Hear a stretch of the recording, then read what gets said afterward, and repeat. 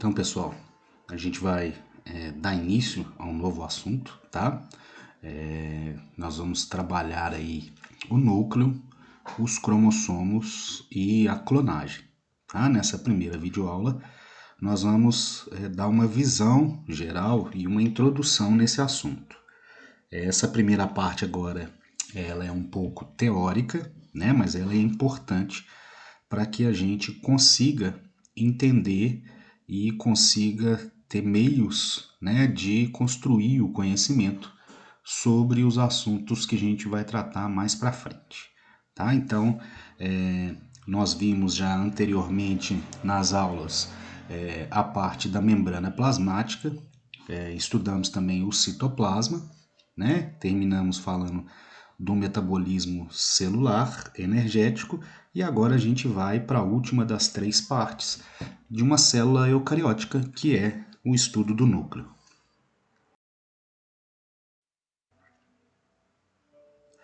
Então, o núcleo, né? Como é que a gente divide o núcleo aí?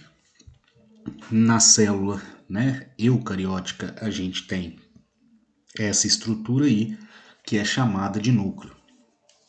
Esse núcleo ele vai ser composto de alguns componentes, tá? Então, núcleo, né, só para lembrar, ele só está presente em células eucarióticas, só aquelas células que têm membrana, dentre essas membranas, a membrana nuclear ou carioteca. Então aqui nós temos, né, uma representação do núcleo. Então a gente está vendo aqui, né, a carioteca, os poros nucleares, a cromatina, os cromossomos e o nucleolo. São as partes do núcleo, né? Vamos ver como a gente pode conceituar e o que tem em cada uma dessas partes, né? Primeiro da carioteca. A carioteca, como a gente já viu, né? Ela é um envelope nuclear. Então ela vai envolver o material genético. Essa carioteca ela é formada por uma membrana dupla. Então são duas membranas juntas. E essa membrana dupla ela tem buracos que a gente chama de poros. Para que precisa desses poros, né? Por que a membrana nuclear ela não é íntegra? Porque é necessário uma comunicação entre o núcleo e o citoplasma da célula, né? Então, algumas informações o núcleo recebe, algumas substâncias o núcleo recebe, outras ele vai disponibilizar para o citoplasma. E isso é possível através desses poros nucleares aí, que são esses buraquinhos que existem na carioteca. Outra estrutura que a gente tem aqui é a cromatina. Né? Essa cromatina, na verdade, ela é o material genético propriamente dito. De que é formada essa cromatina? A cromatina ela é formada pelo DNA, que é um ácido nucleico, e por proteínas, igual está representado aqui. Então, em azul a gente tem, né, o DNA, e esse DNA em alguns pontos ele se enrola em volta de proteínas que a gente chama de histona.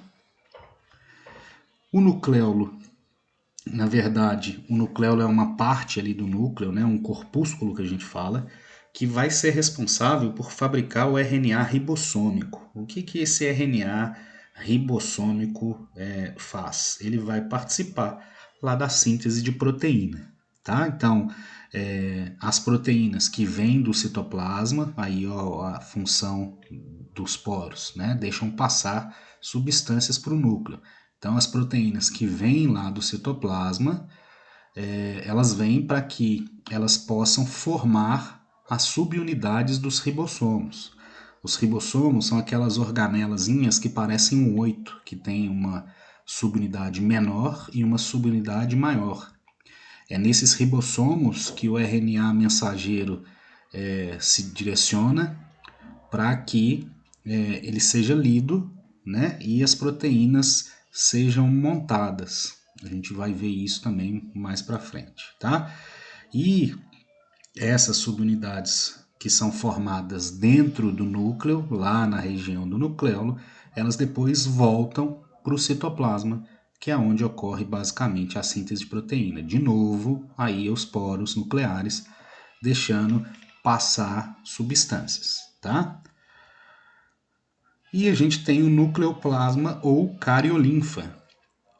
Nada mais é do que uma substância, né? um composto formado de água, proteínas e sais minerais e outros materiais que participam da síntese do DNA e do RNA.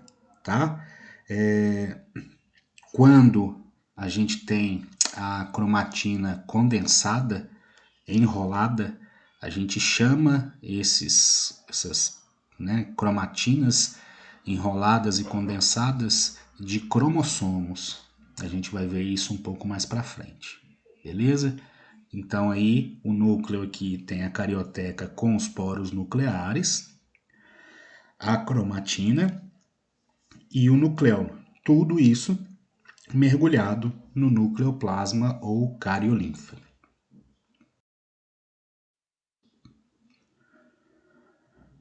Continuando aqui, né, como a gente viu, o núcleo, né, ele tem os cromossomos, que é a cromatina condensada.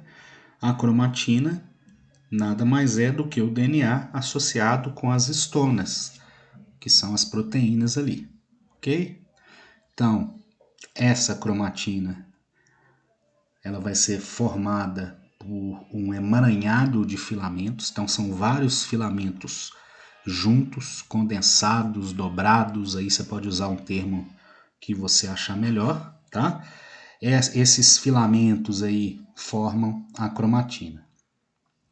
Essa cromatina, ela pode ser visível quando a gente usa um microscópio. Só que a gente não vai ver a estrutura da cromatina como está no desenho, né? É óbvio, isso aqui é muito pequeno. Como que a gente consegue observar a cromatina quando a gente usa um microscópio óptico, né? Que tem um aumento lá de 1000 vezes? A gente consegue ver a cromatina dessa forma aqui, ó. Manchas escuras ou às vezes manchas mais claras na célula. Tá? A gente não vê a estrutura com as letrinhas do DNA, essas coisas não. A gente só consegue perceber manchinhas. E aí a gente pode classificar essas manchinhas de acordo com a cor, né, que a gente consegue observar. A gente consegue identificar ou a gente consegue classificar essas manchinhas aí. A região que é mais densa, que está mais enrolada, a gente chama de heterocromatina. Então, como ela está mais densa, mais enrolada, mais junta, a gente consegue perceber a heterocromatina como essas manchas mais escuras aqui no núcleo da célula, tá? Então, é a parte que está dobrada, que está compactada, que está densa dentro do núcleo. Já a eucromatina é aquela que vai ter uma coloração mais fraca. E aí, né, a gente pode usar uma dedução. Se a heterocromatina era mais escura porque estava mais condensada, a eucromatina vai estar mais clara porque ela está menos condensada, ela está menos enrolada, está menos juntinha, tá? Então a gente vai ver ela como pontinhos ali. Isso é extremamente importante na célula, tá? Porque, como eu gosto sempre de comparar, o DNA é como se fosse um livro de receitas que a gente tem, tá? Então, imagina que a gente tem um livro de receitas e a heterocromatina seria um monte de páginas de receitas que estão juntas, que estão coladas. Ah, então eu não consigo ver o que está ali no meio daquelas páginas. Já a eucromatina é como se fossem páginas que estão soltas. Então, é só eu abrir a página que eu quero, que eu consigo ler, tá? Vamos guardar essa associação aí por enquanto. Aqui um exemplo. A eucromatina, toda enroladinha, bonitinha, né? E a heterocromatina, mais juntinha, condensada. Tá certo? Então, Vamos ver.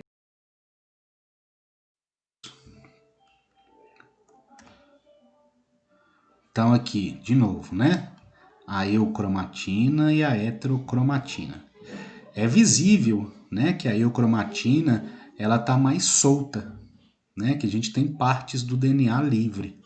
Na heterocromatina a gente não tem essa parte de DNA livre. Por quê? Tá tudo enrolado, tudo embolado ali com as histonas, com as proteínas, tá? Então, a eucromatina vai ser a região que a gente consegue perceber no DNA, onde a gente tem os genes. Lembrando aqui, genes são partes do DNA que têm informações que podem depois ser traduzidas e transcritas numa proteína. Tá? Então, os genes são as receitas do meu livro. Beleza? Então, quando a gente percebe a eucromatina presente, quer dizer que aquela região ali tem DNA que está ativo. O que é um DNA ativo? É um DNA que pode ser usado para fabricar RNA e proteínas. Né? Uma parte do DNA que pode ser lida. Beleza? Já a heterocromatina, ela tá toda enroladinha ali, mas pode acontecer dessa heterocromatina se desenrolar. E o DNA que está escondido ali, que não está, né, exposto, ele passa a ficar exposto. E também pode ocorrer o contrário. Né? Eu posso ter uma eucromatina ali toda desenrolada, onde o DNA está sendo lido, e essa eucromatina se enrolar e parar de ser lida. Tá? E o que faz uma parte enrolar e desenrolar? Depende. Vamos supor, uma célula da pele, ela tem as suas características, correto? Então, naquela célula da pele, a gente vai ter uma eucromatina e uma heterocromatina específicas.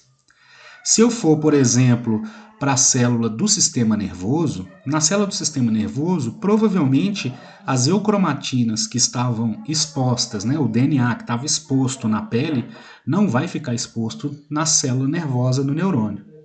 Então, o que a gente entende aí? Esse enrolar e desenrolar do DNA vai depender do tipo de célula que a gente está estudando. É por isso que todas as células do nosso corpo vão ter a mesma informação genética para tudo. Só que na hora que essas células vão se diferenciar, o que acontece? Algumas partes do DNA se enrolam, outras ficam mais frouxas. E aí, né, na hora da diferenciação, a gente vai ter informação para formar a célula de pele, para formar a célula do sistema nervoso, para formar as células todas do nosso corpo, que a gente sabe cada uma tem uma função, uma característica específica.